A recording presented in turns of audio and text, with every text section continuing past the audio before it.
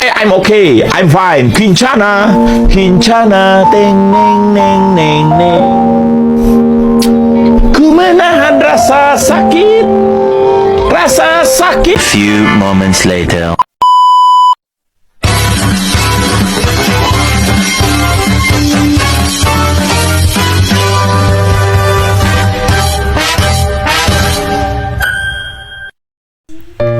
Assalamualaikum warahmatullahi wabarakatuh. Perkenalkan, nama saya Suci Mardatila. Di sini saya akan menjelaskan materi saya yang berjudul konsep gender dalam perspektif hukum. Adapun konsep gender dalam perspektif hukum mengacu pada cara hukum mengakui, mengatur, dan melindungi hak-hak individu berdasarkan identitas gender mereka.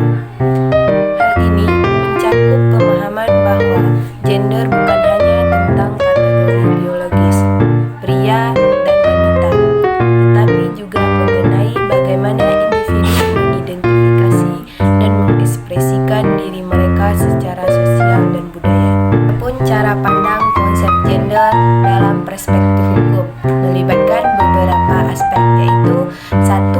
Pengakuan identitas gender. Hukum harus mengakui bahwa gender bukanlah konsep yang terbatas pada bidang pria atau wanita saja. 2. Perlindungan dari diskriminasi. Hukum harus melindungi individu dari segala bentuk diskriminasi berdasarkan gender. 3. Akses terhadap hak-hak fundamental. Hukum harus memastikan bahwa individu memiliki akses yang sama terhadap hak-hak fundamental seperti pernikahan, perceraian, hak properti, dan hak-hak keluarga lainnya. 4. Kebebasan ekspresi gender. Hukum harus menghormati dan melindungi kebebasan individu untuk mengekspresikan gender mereka secara bebas tanpa takut terhadap stigma atau diskriminasi. 5. Pencegahan dan penanggulangan kekerasan gender. Hukum harus efektif dalam mencegah dan penanggulangan kekerasan yang dilakukan berdasarkan gender. Adapun peran gender dalam perspektif hukum penting untuk memahami bagaimana hukum mengatur dan memperlakukan individu berdasarkan identitas gender mereka. Berikut adalah beberapa peran gender dalam perspektif hukum. 1. Perlindungan hak individu. Hukum memberikan perlindungan terhadap hak individu berdasarkan gender mereka. 2. Keadilan gender. Hukum harus memastikan keadilan gender, yaitu memperlakukan laki-laki dan perempuan secara adil dan setara dalam proses hukum.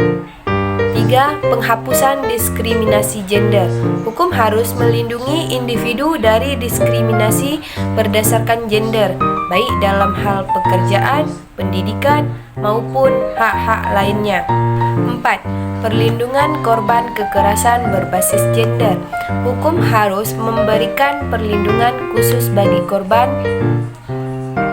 kekerasan berbasis gender seperti kekerasan dalam rumah tangga, pelecehan seksual, dan diskriminasi gender lainnya. 5. Pengakuan identitas gender.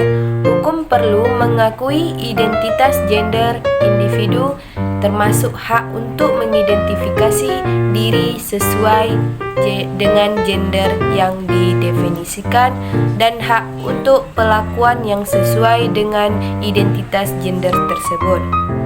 6. Penegakan keadilan dan kesetaraan.